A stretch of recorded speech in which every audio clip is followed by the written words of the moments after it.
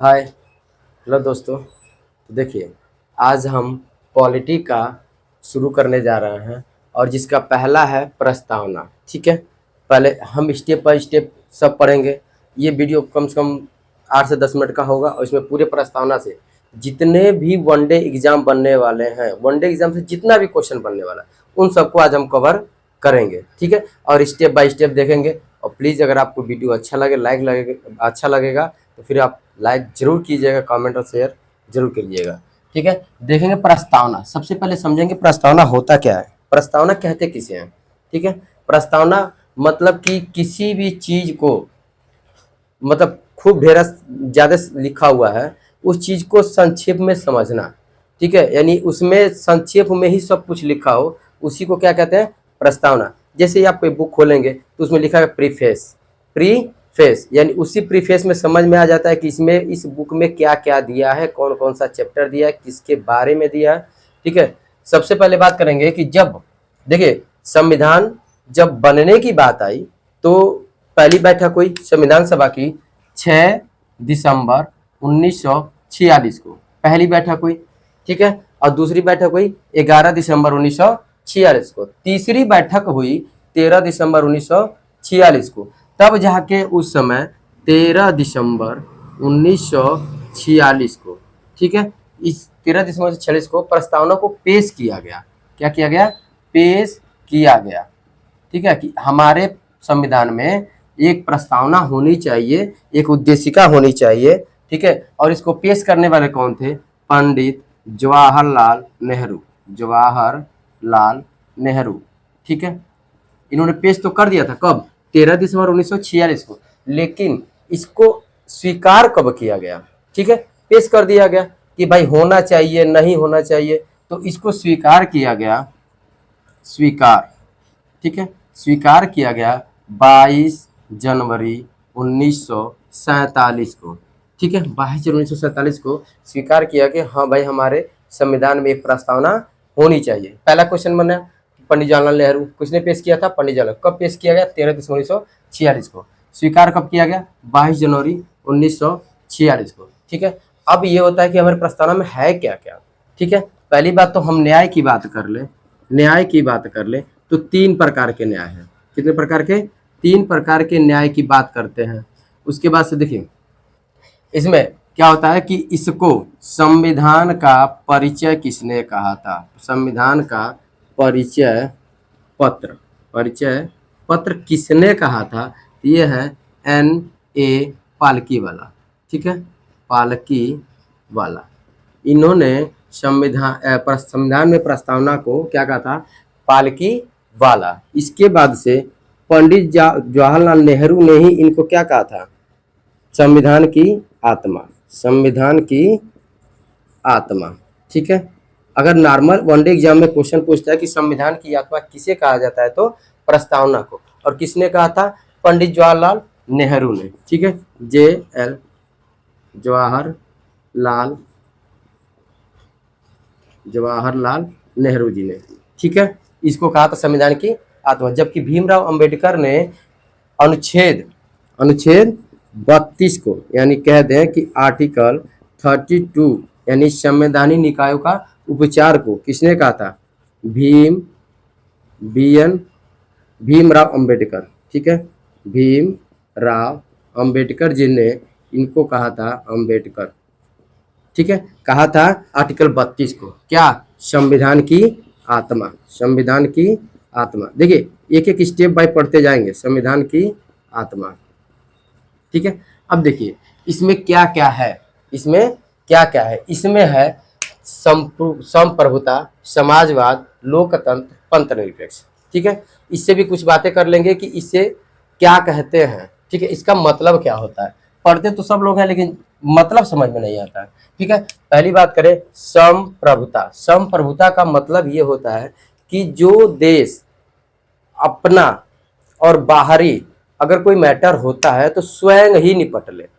ठीक है, स्वयं ही निपट ले, वो क्या कहलाता है, संप्रभुता। तो हमारा भारत कैसा है, संप्रभुता, यानी किसी पे डिपेंड नहीं होता है। जबकि बात कर ले यहीं 26 जनवरी 1950 से पहले, जब भारत आजाद नहीं हुआ था, संविधान लागू नहीं हुआ था, तो उसके पहले हम डिपेंड किस पे थे? ब्रिटेन पे, ठीक है। यानी उस समय हमें कोई भी आंतरिक मामला हो, बाहरी मामला हो, उसको सुलझाना होता था तो हम दूसरे पे डिपेंड होते थे, ठीक है। और दूसरा क्या है, तो हमारा भारत क्या है? संप्रभुता। दूसरा क्या है? समाजवाद, ठीक है। अब समाजवाद का मतलब क्या होता है? समाजवाद का मतलब होता है कि इसमें समाजवाद में क्या होता है, देखिए समाजवाद इसमें क्या होता है, पब्लिक भी होता है और क्या होता है, गवर्नमेंट भी होता है, ठीक है। पब्लिक और प्राइवेट, पब्लिक मतलब कि सबके लिए, प्राइवेट मतलब निजी यानी किसी पर्सनल के लिए, ठीक है। तो यहाँ पे प्राइवेट भी है, इकोनॉमी क्या है? प्राइवेट भी है और पब्लिक भी है, ठीक है। ये हो गया समाजवाद। तीसरा क्या है? लोकतंत्र, यानी लोकतंत्र किसे कहते हैं? जहाँ पे लोगों द्वारा चुना गया सरकार राज करती है, या सरकार लोगों द्वारा चुना गया सरकार मतलब इस देश को चलाती है, वहां पे होता है लोकतंत्र, ठीक है। बस ये है कि हम डायरेक्ट नहीं होते हैं। मान लीजिए जैसे स्विट्जरलैंड में है, ठीक है। स्विट्जरलैंड में क्या है? डायरेक्ट है। डायरेक्ट का मतलब ये हुआ कि जो वहां पे मान लीजिए प्रधानमंत्री को, राष्ट्रपति को हटाना है, तो वो डायरेक्ट वहां के जो पीपल है, लोग हैं, वो तुरंत एक मत पेटी में क्या करेंगे, अपना लिख के डाल देंगे कि हमें ये राष्ट्रपति या प्रधानमंत्री नहीं चाहिए, आप इनको हटाइए, हमें बदलना है, ठीक है। तो वहां पे डायरेक्ट। जबकि हमारे भारत में क्या होता है कि हमारे द्वारा चुने गए सांसद, ठीक है, हमारे द्वारा चुने गए सांसद जो बैठते हैं संसद में, संसद भवन में, वो क्या करेंगे, वो चुनेंगे कि किसको रहना है, किसको नहीं रहना है, या किसको प्रधानमंत्री बनाना है। यानी हम अपना जो प्रधानमंत्री का चुनाव करते हैं डायरेक्ट नहीं करते हैं, इनडायरेक्ट तरीका से करते हैं, यानी इन और प्रत्यक्ष रूप से, ठीक है। तो समाजवाद का मतलब, लोकतंत्र का मतलब समझ में। अब रही बात पंथ निरपेक्ष। पंथ निरपेक्ष किसे कहते हैं? पंथ निरपेक्ष का मतलब है कि जहां पे सबको छूट है। यानी देखिए, भारत को कहा गया है कि राज्यों का संघ, न कि भारत को कभी देश कहा गया है। भारत को क्या कहा गया है? राज्यों का संघ है। ये हमारा आर्टिकल फर्स्ट में यानी एक में ही लिखा है कि भारत एक क्या है? राज्यों का संघ है, union of state, union of state, ठीक है। तो देखिए, पंथ निरपेक्ष का मतलब होता है कि जहां पे कोई भी इंसान जो भी धर्म अपनाना चाहे। एक होता है धर्म निरपेक्ष, ध्यान से देखिएगा, कंफ्यूजन हो जाएगा यहाँ पे। धर्म निरपेक्ष, जहां पे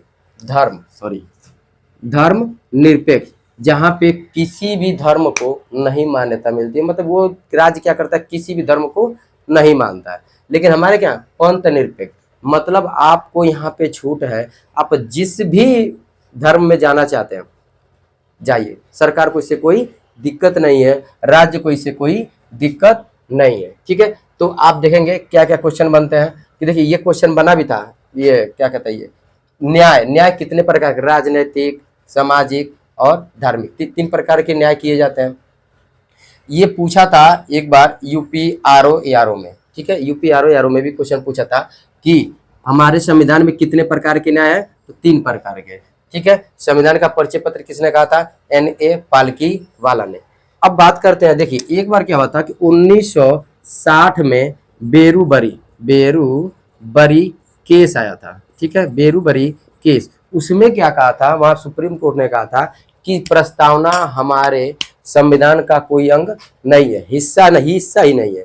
यानी देखिए, हिस्सा नहीं है कि मतलब इसमें कोई संशोधन नहीं किया जा सकता, इसको हम संविधान का कोई हिस्सा नहीं मानते। लेकिन जब बात आई इसकी केशवानंद भारती की, केशवानंद भारती,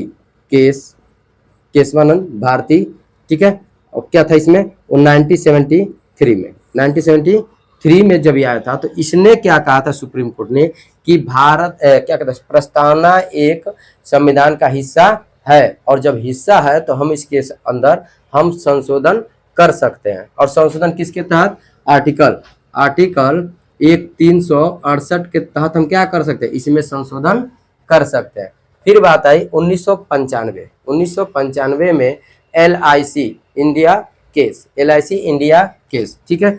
LIC, देखिए यहाँ पे लिखते हैं LIC, ठीक है। ये केस आया था 1995 में, ठीक है। और इसमें फिर सुप्रीम कोर्ट ने अपनी बात बदल दी और इसने कहा कि यह प्रस्तावना जो है हमारे संविधान का अभिन्न अंग है, ठीक है, इतना तक समझ में आया। इस चीज को आप नोट भी कर लीजिएगा। इसमें से एक भी क्वेश्चन जो प्रस्तावना से बनता है वनडे एग्जाम में, एक भी क्वेश्चन नहीं छूटेगा, सब कुछ मतलब इसी में से आना है तो आना है वनडे एग्जाम के लिए, ठीक है। अब इसके बाद बात करें कि क्या इसमें संशोधन हुआ है, और हुआ है तो कब हुआ है, कब नहीं हुआ है, या फिर कितनी बार हुआ है। तो अभी तक हम बात कर ले तो संविधान में प्रस्तावना में संशोधन सिर्फ एक बार हुआ है, ठीक है। संशोधन कितनी बार हुआ है, एक बार। और भी कौन सा संशोधन था, 1976 में 42वां संविधान संशोधन। कौन सा, 42वां संविधान संशोधन, ठीक है। देखिए 42वां संविधान संशोधन, कौन सा, इसमें क्या क्या हुआ था, 3 शब्द जोड़े गए थे। ये भी क्वेश्चन पूछता है कि 42वां संविधान संशोधन में प्रस्तावना में कौन कितने शब्द जोड़े गए थे, तो 3 शब्द। कौन कौन से थे, समाजवाद, ठीक है, पंथ निरपेक्ष और अखंडता, ठीक है।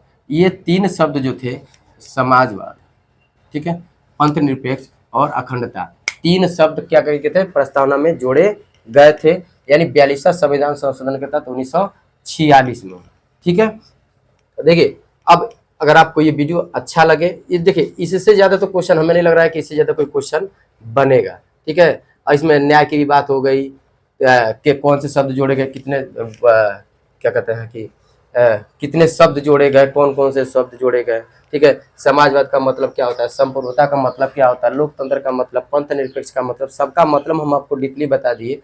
और ये संशोधन एक ही बार हुआ है, 42वां संविधान संशोधन, ठीक है। शब्द कौन से, समाजवाद, पंथ निरपेक्ष और अखंडता, 3 शब्द जोड़े गए थे 1976 में, ठीक है। दोस्तों अगर हमको आपको ये वीडियो अच्छा लगा हो तो लाइक सब्सक्राइब कमेंट जरूर कीजिएगा। इसके बाद पॉलिटी पे हम एक एक वीडियो छोटा छोटा ही बनाते रहेंगे, बस आपका सपोर्ट चाहिए।